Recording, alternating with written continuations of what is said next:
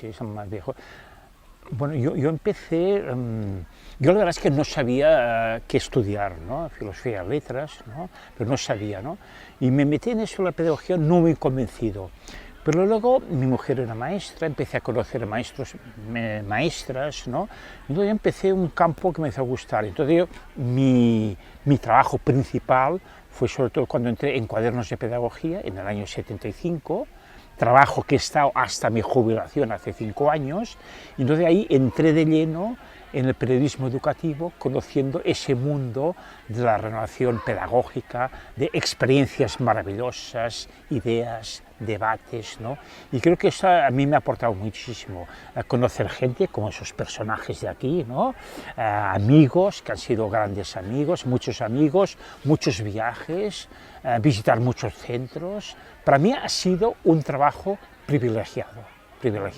Y de alguna manera yo me he jubilado, yo siempre digo me he jubilado, pero no me he retirado, ¿no? Sigo en eso de alguna manera. Por eso también hoy estoy aquí con mucho placer.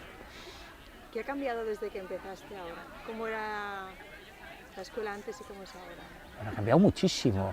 Piensa solo que la escuela que yo asistí era la escuela franquista, del cara al sol, de formar filas, autoritaria, del castigo físico, del bofetón, ¿no? Una escuela gris, uniforme. Piensa que en nuestra aula éramos 90 alumnos, 90. Y de todas formas, yo creo que allí empezó la diversidad, ¿no? Empezó la diversidad, por ejemplo, que éramos unos cuantos que hacíamos bachillerato, otros hacían comercio, otros cultura general, y otros aprendían a escribir a máquina, ¿no? Había mucha diversidad, ¿no?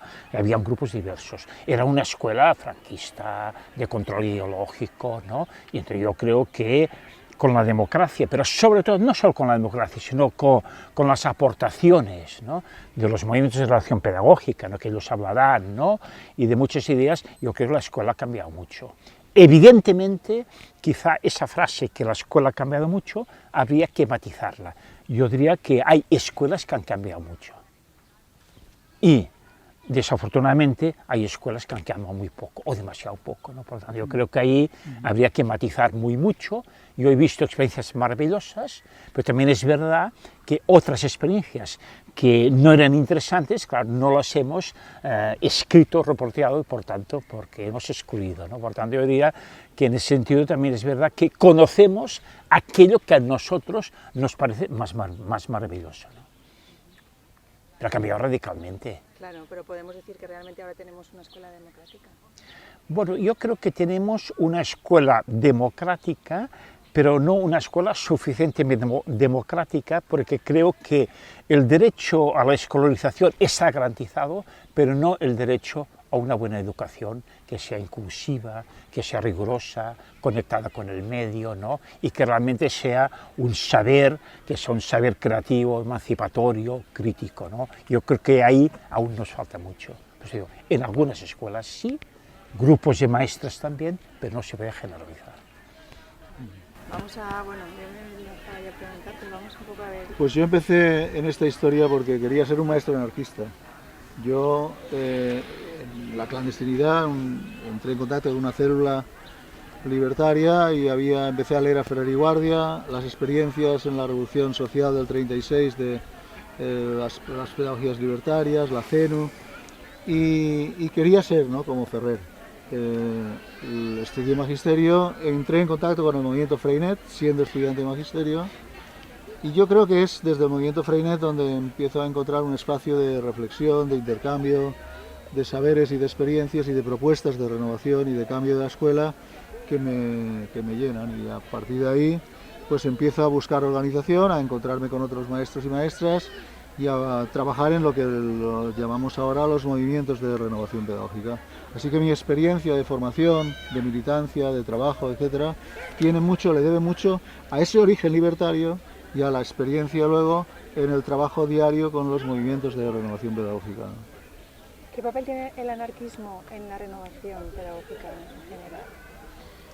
Bueno, yo creo que va a depender de cómo cada cual lo hayamos querido leer, lo hayamos querido vivir, lo hayamos querido soñar también, ¿no? Pero a mí me parece que el anarquismo es una propuesta de libertaria, es una propuesta de libertad, y es una propuesta de autonomía, y es una propuesta de emancipación. Y por tanto, esos principios tienen que estar presentes en cualquier propuesta pedagógica que valga la pena, que quiera transformar la sociedad en un sentido emancipador y en un sentido de construcción de la libertad, ¿no?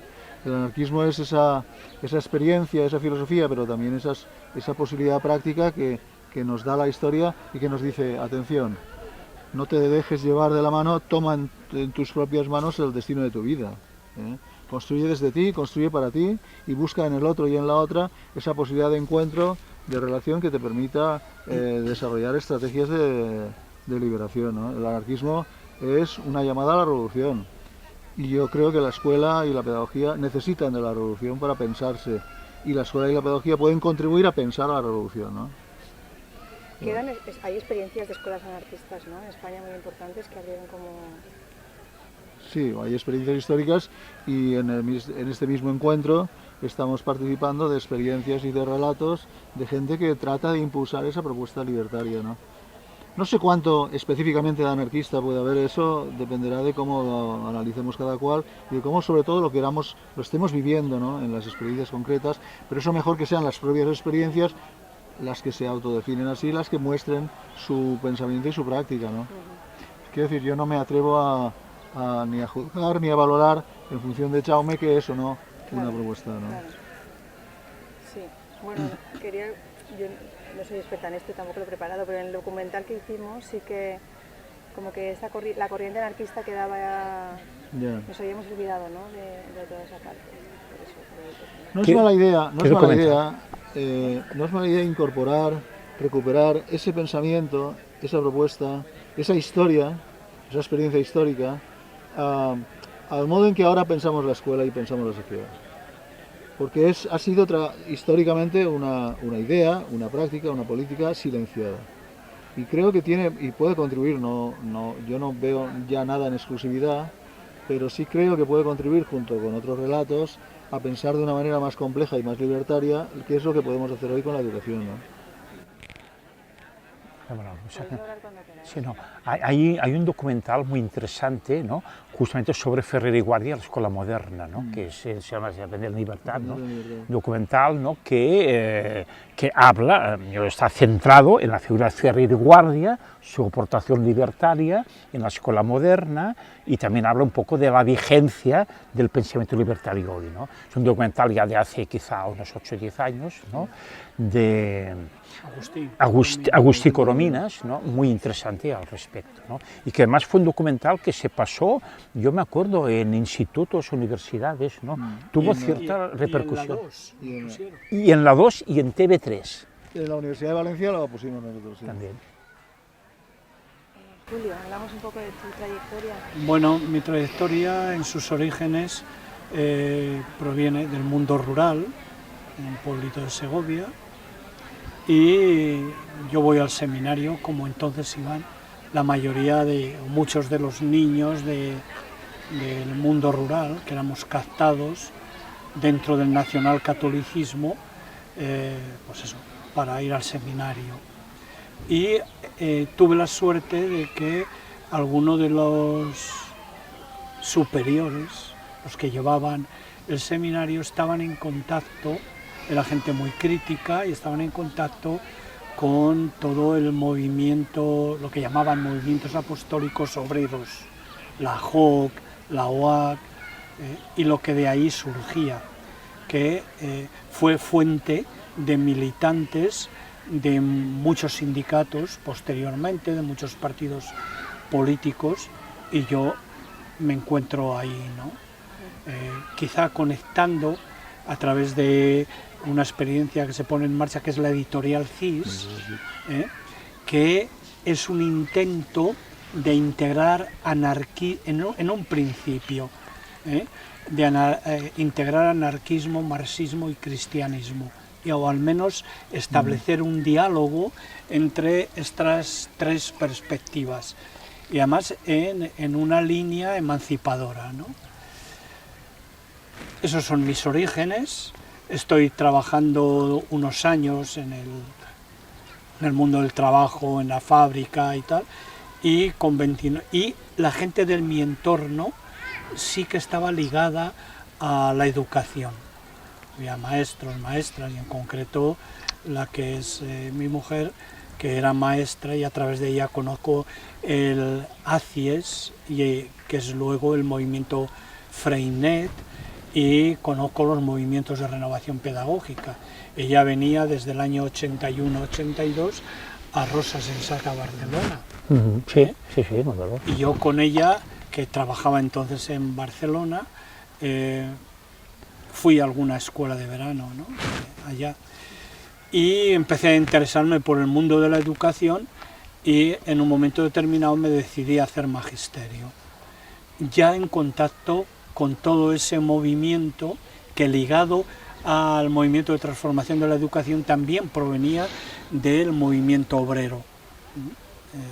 Entonces, y sobre todo de la perspectiva anarquista del movimiento obrero, porque se acentuó mucho dentro de CIS esa línea.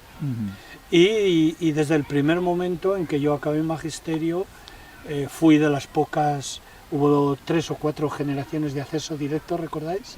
Sí, Y sí. yo fui uno de ellos. Era un empollón, ¿eh? Era un empollón, sí. Y accedí directamente a una plaza. Y ya desde aquel momento pues empezamos con los movimientos de renovación, hicimos un colectivo en Getafe, inicialmente ligados a Acción Educativa y a otros movimientos, y ya toda mi trayectoria ha estado conectado con movimientos sociales, movimientos de barrios, movimientos de padres y movimientos educativos. Vale, voy a haceros una pregunta muy genérica, que es ¿qué pensáis del estado actual de la educación? Una cosa, ¿puedo hacer algún matiz? Sí. Sí. Bueno, mira, no, yo creo que nuestra generación ha sido una generación muy comprometida socialmente y políticamente, ¿no? Cuando digo políticamente no digo necesariamente que militásemos en un partido, un grupo, ¿no? Pero la política Sí, social, muy comprometidos, ¿no? Te cuento una anécdota, ¿no? Yo me acuerdo que en la universidad a mí me expulsaron, ¿no? Me expulsaron. El motivo era asalto al decanato, es verdad, porque al término de una asamblea fuimos a exigir una serie de mejoras, ¿no? Hablo del tiempo franquista, ¿no? Y nos expulsaron. Cuando estuve expulsado a la universidad, tengo que decir que estudiar pedagogía tampoco me importó mucho, porque yo no aprendí nada, digamos, de pedagogía, ¿no? Entonces yo digo, bueno, pues si no hago pedagogía, entonces un amigo mío me decía, oye, Jaume, ¿por qué no haces lo siguiente? Mira, tú tendrás tiempo por las tardes de hacer la revolución, ¿no? Del barrio, donde sea, y por las mañanas tú entras en la caixa, que dan un buen sueldo, ¿no? Y es un horario, bueno, de 6 horas y tal. Yo fui a la entrevista, yo creo que es la única vez en mi vida que me he puesto una corbata. Fui con la corbata a la entrevista, pero me vieron venir, ya no pasé ya ni la entrevista, ¿no? Entonces, bueno, y entonces ya me fui a la mili, y entonces yo, lo digo porque os quiero preguntar a vosotros, me llegó un libro, que a mí entonces también me entró ese gusanillo de la pedagogía, que es el libro de Milani, Los alumnos de la escuela de Barbiana, ¿no? De don Milani. A mí, ese libro a mí me marcó, y digo, hay otra pedagogía distinta, ¿no? Entonces yo creo que lo que nosotros fuimos, yo no aprendí nada en la universidad, pero nosotros nos formábamos, ¿no? Si la autoformación, íbamos a las librerías, comprabas, te intercambiabas, te pasabas, discutías. Entonces yo creo que las lecturas a nosotros nos formó mucho. ¿Qué lecturas destacarías? Mira, yo de pedagogía en concreto destacaría Milani, de clásicos, toda obra de Freinet, lo leí todo, y Freire. La pedagogía del oprimido, pero ayer Aprender la libertad, presentábamos el libro, o hablábamos del 50 aniversario de la publicación del libro La pedagogía del oprimido de Pablo Freire, ¿no? Y era un pretexto para recuperar un debate sobre una educación en libertad y una educación para la libertad, ¿no? Fíjate, a mí fue los libros de Losada, de Miguel Hernández, de Gabriel Celaya y tal, previo a que yo me incorporara al tema de educación. Claro. Y bueno, y luego toda la historia del movimiento obrero. Eso es CICS. Eso es. Y la historia del eran nuestros libros, que eran libros hechos para generar conciencia crítica.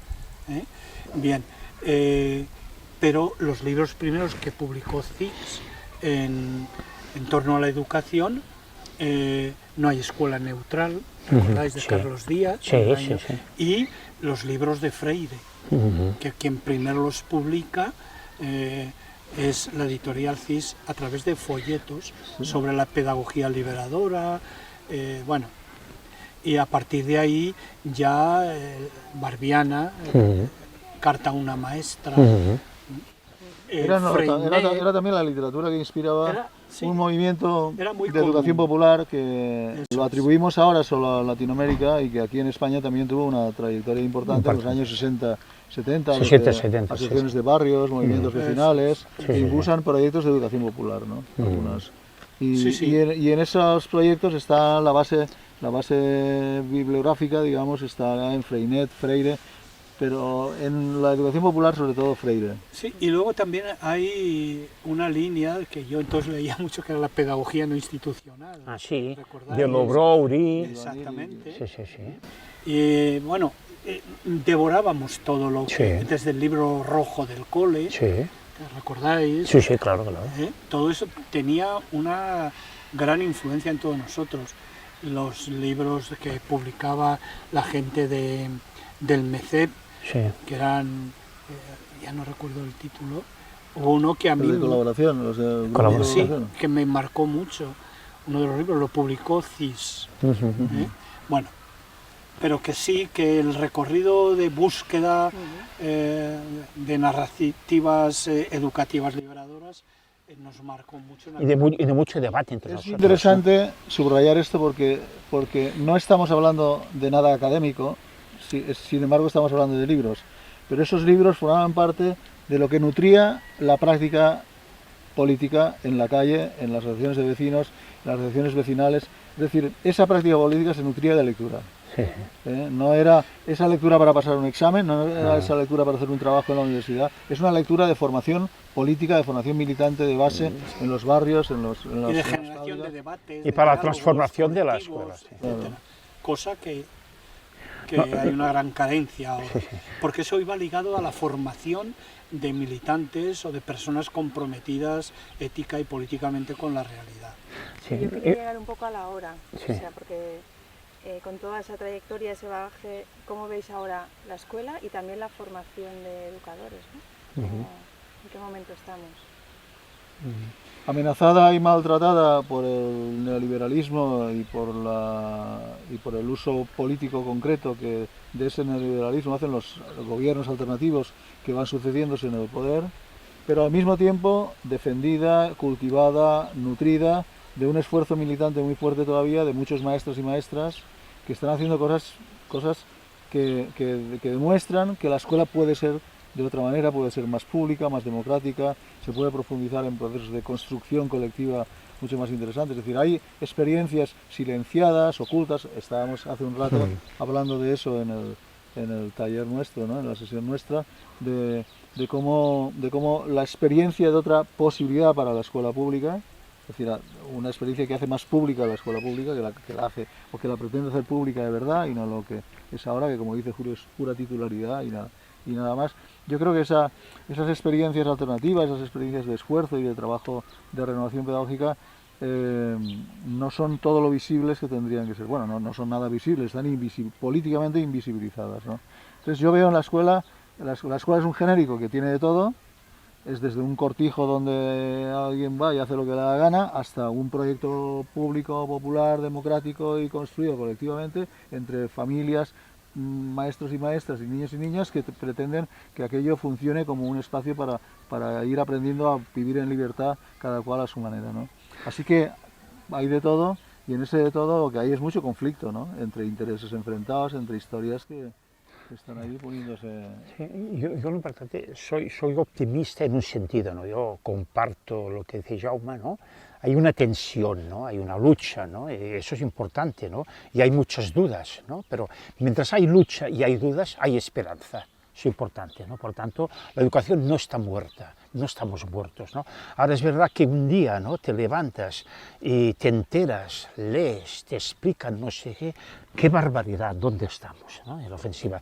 Y otros días te levantas, ¿no?, y tienes la suerte, ¿no?, de que te cuentan otra historia, visitas un centro, un grupo de maestros que está discutiendo, y es esperanza, lo que decía, ¿no?, experiencias maravillosas, ¿no? Por tanto, yo creo que estamos en esa lucha, ¿eh? Y también luego hay esa ambivalencia entre, por una parte, se hacen experiencias muy interesantes en los centros, maravillosas, pero creo que le falta musculatura teórica, ¿no? Le falta un poco de reflexión, ¿no? Y eso por qué se hace, a qué conduce, qué tipo de ciudadanía estamos construyendo, ciudadanía crítica, ¿no? Un poco ese debate que es de antes, de ahora y de siempre, que es la escuela, cuál es la función de la escuela como agente de transformación social, ¿no? Es decir, quizá la escuela no va a cambiar el mundo, pero va a contribuir, ¿no? Pero sí la escuela puede formar una ciudadanía crítica, ¿no?, que tenga una actitud de cambio, transformación, militante, etc. Entonces yo creo que estamos ahí, estamos ahí. Yo reconozco esta visión, que es una visión esperanzada y positiva, porque hay otra mirada, y es que el campo, que también lo habéis dicho, el campo educativo es un campo cargado de contradicciones, porque hay lógicas enfrentadas en él. Hay una lógica que es dominante, y es la escuela clásica, tradicional, autoritaria, basada en el libro de texto, en el currículum oficial, etcétera, sigue siendo dominante. Sí. Es verdad que por eso hablamos de que hay experiencias alternativas, pero no es lo general. No es lo general en la escuela, lo general es lo otro. Entonces ahí se plantean una serie de desafíos, porque quien mantiene esa escuela dominante es el profesorado fundamentalmente, y la demanda de las familias que piden una escuela competitiva, una escuela de éxito para su hijo, no para todos, y un profesorado que se somete a las directrices del currículum impuesto y lo reproduce tal cual. Claro, el desafío es cómo cambiamos hoy esa perspectiva formativa de toma de conciencia del profesorado, para que asuma otras formas de hacer ligadas a estas experiencias que se están planteando. Y ese es, a mi modo de ver, el gran desafío de la escuela actual, y de la escuela pública sobre todo. A veces los profesores te dicen, es que yo estoy atado de manos, ¿no? Llegan con mucha ilusión a hacer cambios, y de repente es como, esto es una pared y no También puedo. nos dejamos atar fácilmente, porque es lo más cómodo, el entrar en dinámicas de rutina, de reproducción de lo que se ha hecho y se hace siempre. Pero también hay otros colectivos que sostienen estas experiencias, de docentes, que también les han intentado atar, porque tienen las mismas leyes, los mismos reglamentos, los mismos condicionantes, y sin embargo sí que son capaces de trabajar en equipo, de compartir formas de hacer, de generar planteamientos muy diferentes. La conciencia crítica te ayuda a desatarte. Y luego también, para desatarte, lo que es básico, que también es una cosa que en los movimientos de la pedagógica está muy presente, es yo esto no lo hago solo, lo hago junto a otros colegas, compañeros. Por tanto, coopero, lo hacemos en colectividad, ¿no? Y lo hacemos de manera horizontal, con el intercambio. Creo que esa es la clave.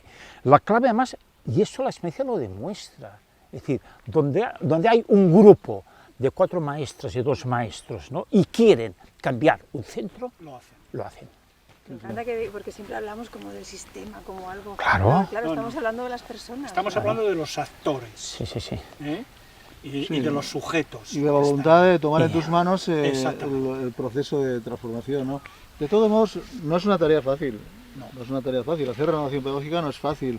Y además no siempre se tiene la formación. Por eso la propuesta, el comentario de Jaume de la organización es fundamental. El encuentro con los otros y las otras es lo que te da la posibilidad de intercambiar saberes y de conseguir y de ir construyendo nuevas reflexiones que aisladamente no tendrías. Pero la tarea no es fácil y nadie la facilita. O sea, evidentemente la cultura... Y claro, cuando tú decías, bueno, es que hay maestros que dicen, esto no se puede hacer, yo no puedo hacer. Claro, porque hay todo un procedimiento para que interioricemos cada uno de nosotros, cada una de nosotras, que esto no se puede hacer.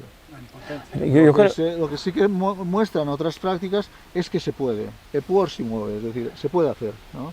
Pero para eso necesitas una conciencia crítica, una voluntad política, una organización, es decir, esos espacios y esas posibilidades que te dan, que te empoderan, ¿no? Que te dicen, yo también puedo, ¿no? Yo creo un título de un artículo, me acuerdo, que decía, el sistema condiciona, no determina. No es un matiz, es importante. Central. Hay una cuestión en torno a muchos docentes que salen con ilusión y se encuentran con una realidad muy dura, muy contraria a sus expectativas, y además se encuentran solos. Solos en el centro, y acaban adaptándose a la mayoría. Por eso la existencia de colectivos, también externos a los centros, como espacios de encuentro, de diálogo, de formación, de saber que no estás loco, porque tienes y planteas otra escuela diferente, es fundamental. Y el sentido que tienen estos colectivos de renovación pedagógica es ese precisamente, es buscar espacios de encuentro donde des solidez a tu reflexión, a tus argumentos y a tu acción. Eso implica que tú vayas encontrando en tu centro, en lugar de dejarte atar de manos, encontrar afinidades, encontrar espacios, puntos de encuentro con mucha gente que está trabajando contigo, que a veces no son todo lo que tú quisieras, pero que a veces sí hay, bueno, a veces no, siempre hay en todos los docentes elementos que animarían a salir de la rutina y hacer planteamientos de otra lógica educativa y de otros modelos de escuela. ¿Y cómo sería esa escuela que ayer le llamábamos emancipadora, ¿no? O liberadora? ¿Qué rasgos tiene esa escuela que vosotros soñáis, ¿no? ¿Cómo sería? Bueno, hay varios, ¿no? Una es que puedes ejercer la libertad. La libertad, ¿no? La libertad yo creo que es muy importante, ejercer, ser uno mismo, pensar por uno mismo, ejercer el pensamiento libre, ¿no? En todo lo que esto significa, ¿no? Luego la otra es entender que esta escuela está conectada con la realidad. Creo que es una cosa, yo creo que Paulo Freire tiene una frase que lo dice muy bien. El texto no se entiende sin el contexto, ¿no? Por tanto, el contexto, ya me creo que hablaba ayer, ¿no? De la ciudad, la importancia de la ciudad, del entorno, ¿no? Cómo se conoce, cómo se trabaja, cómo se incorpora en el currículum, ¿no? Cómo la realidad tú te aproximas y cómo entra en la escuela, eso es fundamental, ¿no? Luego también la democracia, practicar la democracia. ¿Qué significa la democracia horizontal, desde abajo, ¿no? De derechos, de responsabilidades, ¿no? Significa también inclusión, incluir a todas las, por ejemplo, digamos, diferencias, ¿no? Diferencias por razones lo que sea, ¿no? Bueno, es una escuela inclusiva que lucha contra las exclusiones, contra la discriminación, etcétera, ¿no? Y sobre todo es construcción también de un saber, ¿no? De un saber crítico, contrastado, que es público y que por tanto se puede cuestionar, se puede repensar y por tanto no hay verdades absolutas ni dogmas, ¿no? Sino que esto es un saber democrático, ¿no? Y que cada uno puede aportar, ¿no? Y se avanza a partir de ahí, ¿no? Pero bueno, habría muchas cosas que decir sobre esto. Para mí hay una cosa fundamental, entre muchas que podemos estar aquí 2 horas subrayando si queréis, ¿no? Pero hay una fundamental y es que ha de ser una escuela que me enseñe a leer. Y que me enseñe a leer significa que me ponga delante del mundo y que yo pueda decir, ¿aquí qué está pasando? Primero, que me quiera preguntar sobre qué está pasando, ¿no? Y segundo, que además de querérmelo preguntar, pueda buscar una interpretación, pueda darme claves, darme herramientas para decir, bueno, vale, me lo voy a explicar, te entiendo, esto es lo que yo... es decir, no ha de ser una escuela adoctrinadora, sino ha de ser una escuela que te dé herramientas para que tú seas capaz de leer por ti mismo la realidad. Esa es una propuesta muy freiriana, ¿no? Es decir, la lectura crítica de la realidad. Pero yo creo que ahí está la síntesis, yo ahora lo llamaría el análisis político del discurso. Es decir, cuando nos juntamos aquí, ¿qué es una entrevista? ¿Qué es esto que estamos haciendo ahora? ¿Qué significa? ¿Cuál es el significado con el que construimos esta relación? ¿Es una relación de poder? ¿Por qué nosotros tres? ¿Qué es lo que está pasando aquí, no? Es decir, aprender a formularme preguntas que me ayuden a explicarme de una manera más compleja el mundo en el que estoy viviendo. Empoderarme para poder ser capaz por mí mismo de decir, atención, conmigo no contéis. O yo contigo a tu lado toda la vida. Es decir, hay proyectos que me ilusionan y me enamoran y hay proyectos que no me interesan para nada. Y soy yo el que los decido. No es que me apunte a una no, es decir, es mi propio criterio personal y eso me lo da la escuela. Una escuela que me ha ayudado a pensar por mí mismo, a construir por mí mismo, digamos, esas herramientas que me permiten identificar los problemas y hacer análisis de la realidad. Creo que esa sería una idea fundamental. Con un añadido que es pensar esa realidad para ver que puede existir otra realidad y que lo puedes transformar. Para ¿no? transformar. Esa es la idea. Pero eso requiere una escuela que, en el contexto de todo lo que estáis planteando, no eduque para la vida, no eduque para la democracia, no eduque para una sociedad laica, sino que eduque en la democracia, eduque en la vida y eduque en el respeto profundo al ser del otro y al tuyo mismo, porque hoy se habla de educación para la ciudadanía. No, en todo caso sería educación en el respeto a los ciudadanos que están ahí, que aprenden a ser ciudadanos viviendo en la escuela, y por tanto es el respeto profundo al ser del otro y en este caso del niño como ciudadano en igualdad de derechos absoluta a ti, y por tanto la democracia adquiere otro sentido. O sea, la escuela democrática es otra cosa, la escuela para la vida es otra cosa, la escuela para la ciudadanía es otra cosa. La escuela laica es aprender que tú eres un ser laico, capaz de respetar la conciencia de cada uno de los demás. Podríamos hablar un poco de lo que tú dices, ¿no? Como estos espacios de cuidado mutuo. Sí, podemos hablar un poco de lo que hablabas ayer del cuidado mutuo, que para mí fue como muy revelador, ¿no? También me gustaría igual que hablarais de qué opinas de estos proyectos de educación libre, todo este movimiento alternativo, privado, no sé qué os parece. Y luego para finalizar un poco del CEIS, de estos espacios, la importancia que tienen. Vale. Son tres cuestiones. Complejas, cada una de ellas La de por sí. primera, igual que estaba diciendo lo de escuela para la vida y tal, yo creo que hay que ir incorporando muchas de las aportaciones que vienen de distintos ámbitos. Igual que hablamos de que la escuela tiene que ser una escuela ecosocial, es evidente, en un mundo que no respeta la vida, ni respeta el medio, que estamos destruyendo la naturaleza y la vida. Lo mismo en el tema del cuidado. El tema de los cuidados lo han puesto en el primer plano el feminismo y el ecofeminismo. A mí me parece que ese desafío, que es un desafío de hacerlo real para cambiar la vida, tiene que asumirlo la escuela.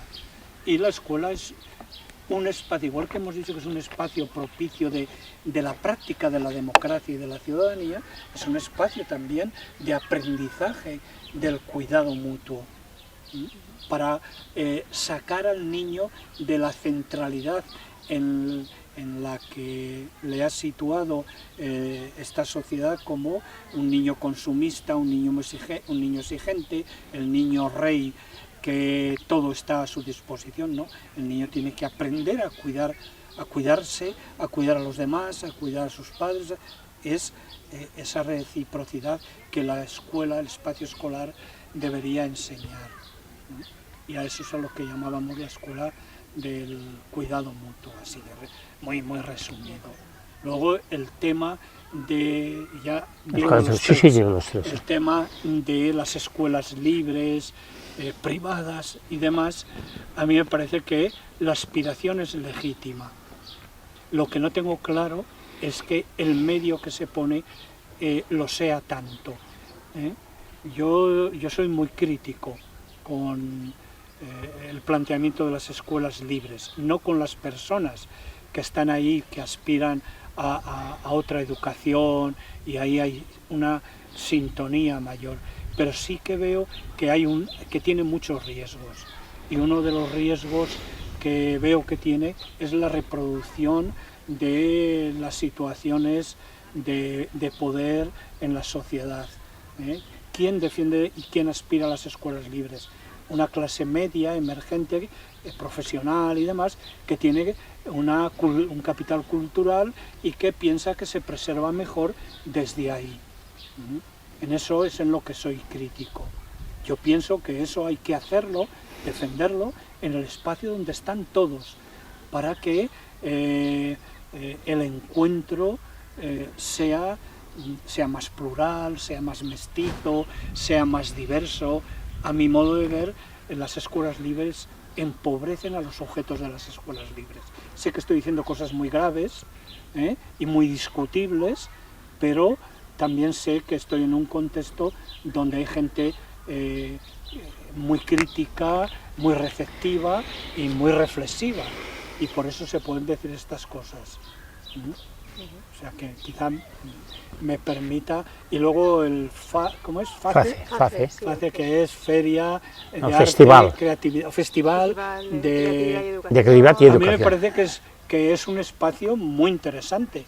Yo lo estoy descubriendo, y sobre todo porque está abierto a que todos podamos decirnos lo que compartimos, lo que disentimos, y en ese sentido me parece que dice mucho a favor de este espacio, pues que nosotros estemos aquí y podamos expresar lo que decimos pues con absoluta libertad.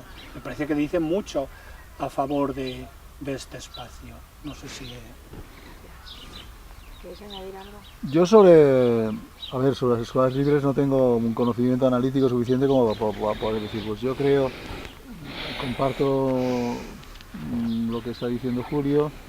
En cualquier caso, creo que cualquier experiencia que trate de potenciar y de avanzar en procesos libertarios, pues me parece bienvenida. Ahora, yo particularmente estoy por intentar cultivar esas políticas de libertad en la escuela pública, porque creo que es ahí donde hay una diversidad cultural, social, económica, política, etcétera, que hace que el mundo se pueda enriquecer precisamente en el cultivo de esa, desde cómo cada cual en su diversidad construye su propia manera de entender la libertad. Yo por ahí es donde apuesto, y ahí sí que tengo un conocimiento analítico, es decir, de eso sí puedo hablar. Yo puedo hablar de cómo en la escuela pública hemos intentado desde hace muchos años avanzar en procesos libertarios, en procesos de trabajo emancipatorio, en procesos de conocimiento. Y eso es lo que me interesa. Y celebro y felicito la convocatoria del FACE, ¿no? Porque me parece que a mí me recuerda muchas experiencias de las escuelas de verano, es decir, un lugar de encuentro, un lugar de relación, donde los espacios informales son tan importantes como los regulados, donde podemos construir desde lo que cada cual aporta, donde nos regalamos saberes y experiencias desde lo que hemos ido cultivando en nuestra propia práctica cotidiana, donde no hay unos que mandan y otros que obedecen, sino que lo que hay es una construcción colectiva de un espacio para el aprendizaje mutuo, ¿no? Y para el apoyo mutuo y la colaboración entre todos y todas. Esto no se está celebrando todos los días, no es algo que aparezca todos los días en televisión, no es precisamente una cosa que nos sobre, es decir, creo que hemos de felicitarnos de que se mantenga y esta convocatoria, porque creo que hace mucha falta. Hace mucha falta espacios en donde nos podamos encontrar e intercambiar posibilidades de avanzar en cómo cada cual quiere construir su propia experiencia de libertad, ¿no? Sobre las escuelas libres, a mí me merecen un respeto, creo que hacen aportaciones que yo he aprendido en concreto, ¿no? Por tanto hacen aportaciones interesantes, hacen críticas también al Estado que son justas, son pertinentes, ¿no? Pero al propio tiempo yo un poco pues estoy de acuerdo con los compañeros, ¿no? De que la libertad, digamos, debe ir acompasada de la igualdad y de la equidad, ¿no? Y entonces yo creo que no se garantiza, la igualdad se garantiza más en la escuela pública, en la pluralidad ideológica, pedagógica y social, digamos, ¿no? En ese sentido, quiero decir que yo he estudiado un poco el método libertario a nivel histórico en Cataluña y, por ejemplo, hay dos datos, ¿no? Dentro del pensamiento libertario hay una parte importante que opta por la escuela pública, ¿no? Opta por la escuela pública, por ejemplo, pongo los ejemplos. Ferrer Guardia hablaba de la coeducación de sexos y de la coeducación de clases sociales. Eso es muy importante. Y el segundo dato es que el Consell de la Escola No Unificada, que es el organismo que durante la Guerra Civil en Cataluña, ¿no?, articuló todos los sindicatos, grupos pedagógicos y las instituciones, ¿no?, quien lo presidía, Puig Elias, era un anarquista. Y la idea era crear una red de escuelas públicas con el objetivo de que ningún niño y ninguna niña se quedara sin escuela. Estamos hablando de escuela pública, ¿no? Por tanto, yo creo que hay un debate también en el pensamiento libertario respecto a esto, ¿no? Y sobre FACE, yo acabo de aterrizar hace 4 horas, no conozco, pero hay 3 cosas así de entrada que me gustan, ¿no? Primero, los espacios, ¿no? Veo aquí gente discutiendo en el aire, al aire libre, ¿no? Esa diversidad de espacios, ¿no? Segundo, la diversidad de propuestas, lo que decían, ¿no?, que se pueda discutir libremente, confrontando posiciones, sin que nadie se moleste, digamos, ¿no? Que nadie moleste, ¿no? Son posiciones y hay un debate. Y la tercera cosa que me atrae es que no todos sean maestros y maestras, ¿no? Que hayan padres de familia, que haya educadores, que haya gente muy diversa, ¿no? Entonces yo creo que esto marca una línea de avance de lo que debe ser la educación. Es decir, nos interesan encuentros, ¿no?, que no sea siempre en mi aula y en mi aula, ¿no? Yo creo en el sentido que felicito a la organización de ese encuentro y de ese tipo de encuentros, ¿no? Muchas gracias.